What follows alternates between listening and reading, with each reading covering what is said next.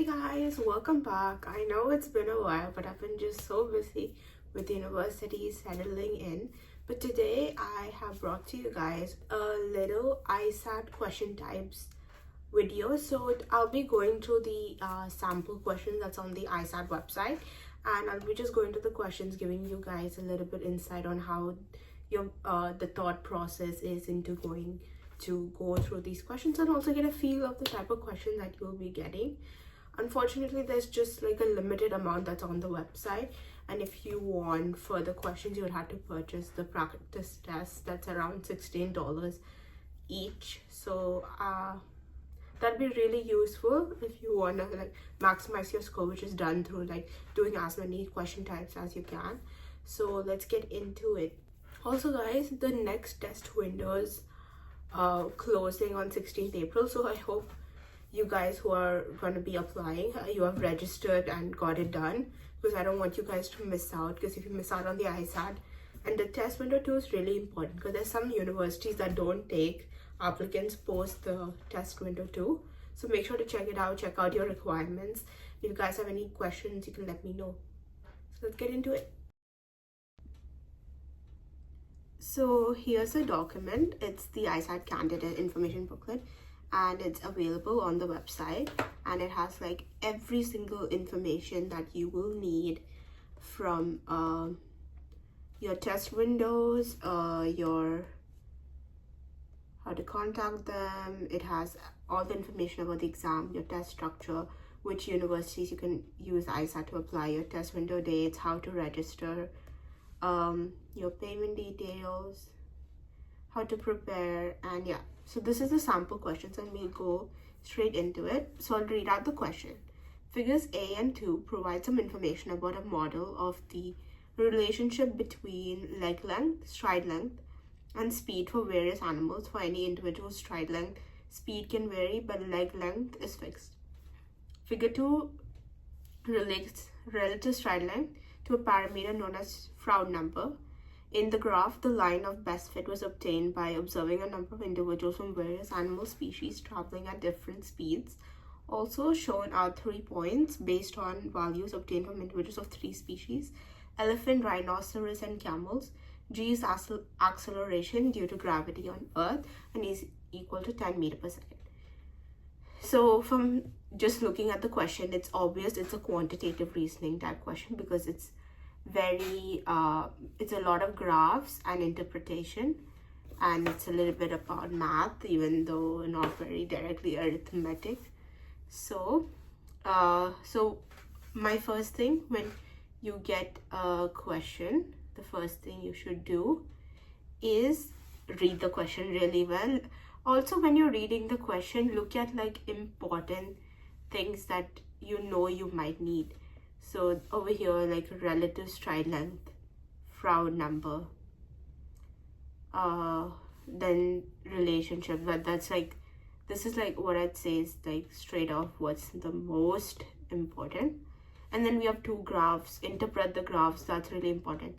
I mean, you shouldn't be taking too long for any of this. Maybe like 1 minute per question. But since it's the first time, I get it.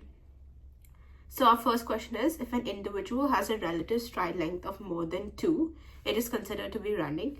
Which of the animals shown in figure 2 were running? So this is a pretty easy question. So we just look at this graph over here, and we just need to see so it says like individuals which have relative more than 2, is considered to be running. So we just look at which all animals are about to. So we look over here. So camels totally out, because the relative stride length is below 2. So we just look above. So we just have 2, that's the elephant and rhinoceros. So the answer would be D. So we go on to the next question now.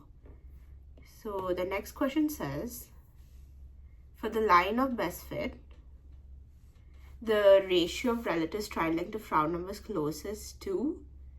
So from the question, we know that this line over here. We have this line over here. This is the line of best fit. We know this is the line of best fit.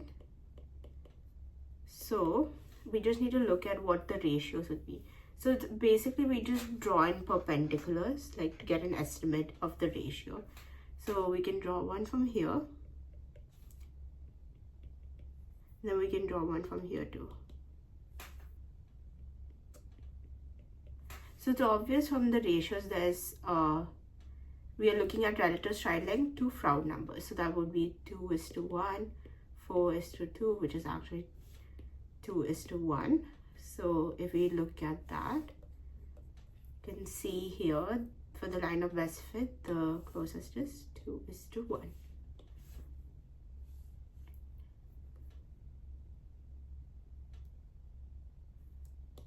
Next question, we have based just on figure 2, which are the individual animals show the greatest leg length. So we go back to the graph. So straight off the graph, is it actually possible to tell which animal has the greatest leg length? See, we know that relative leg length is S/L, but though we have the ratio, we can't legitimately tell what the leg length is.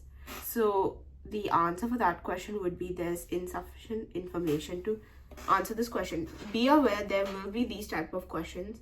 There'll be questions where there might be, you might be thinking, oh, you can't really tell from the question. Do not go ahead and just guess an answer. There might be actually an option that says that there's insufficient information. So always check that when you get a question like this, do I actually have the information that's required to answer this question?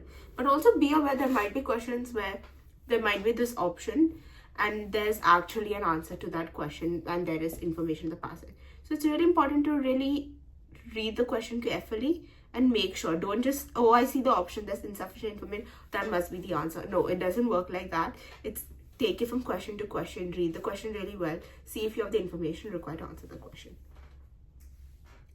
The next question is, according to the line of best fit, two animals with the same Froude number must have approximately the same value for which are the following. So we'll just go back to the graph. So if they have the same Froude number, so for example, if they have the same Froude number, they'll typically have the same relative stride length. And from the question, we know the relative stride length is S/L. So the answer is A. Hope that made sense to you guys. So we'll go to one. Unfortunately, there's just one more sample question. And this one, from just looking at it, it's obvious. It's a critical reasoning question. So you'll probably get like a passage and then you need to draw up interpretations, maybe author's opinion based on this. So I'll read out the passage, but you should be doing, in the exam, you should be doing it really quick. A lot of skim reading, trying to find out what are the major points. So in the 18th century, it was discovered that Sanskrit, an ancient language once spoken in India, is related to a range of European languages. The discovery is made by a British scholar working in India, Sir William Jones. The passage below discusses Jones' discovery. Jones noticed many striking similarities between Sanskrit and European languages. The Sanskrit word for birch, for instance, was burja. The Sanskrit word for king, raja, is close to the Latin rex. The Sanskrit for 10, dasa, is reminiscent of the Latin decem, and so on. All of these clearly suggested a common historical parentage. Jones looked at other languages and discovered further similarities. In a landmark speech to Asiatic Society in Calcutta, he proposed that many of the classical languages, among them Sanskrit, Greek, Latin, Gothic, Celtic, and Persian, must spring from the same source. This was a bold assertion, since nothing in recorded history would encourage such a conclusion, and it excited great interest among scholars all over Europe. The next century saw a feverish effort to track down the parent language, Indo-European, as it was soon called. So the first question we have here is, the passage implies that, so from the passage, the main implication we get is that Latin, Sanskrit, they have all springed from the same source. So that's a basic implication. Always look at the basic idea. What's the most important thing? Like, there might be a lot of details in the passage, but look at the basic idea, which is the most important aspect of it.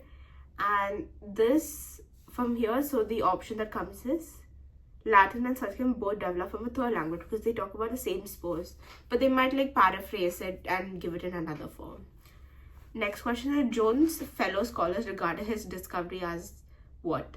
So we can know from the passage that it said it excited great interest among scholars and there was a feverish effort to track down parent language. So it's obviously not a lucky guess because no one's talking about that. Original and highly important, yes, because it excited great interest and everyone was trying to track down. And it's original because they said they have seen nothing in recorded history which would encourage this. So that's the answer. C, I mean, it's interesting, but no one talks about it being of little real importance. So that's not the answer. And dangerous, there's nothing to really support that. So that's all the questions I have because the ISAT sample question only gives us 2 question types, unfortunately. But again, you should always be trying to get it from other sources, do as many question types as possible, and this will really maximize your score and help you achieve like the highest score and also secure your entry into medical school. So I just want to wish everyone all the very best for your preparation and your exam, and I hope that this video helped you like get insight into how to approach these questions. Yes, these questions are a little easier than like other question types that you'll further encounter, but it's really good to just give you a basic idea into how your mind should be working and what the question types you see. So I'll be putting up a video really soon on MMI prep, so make sure to keep an eye out for that one. I'll see you guys next time. Bye.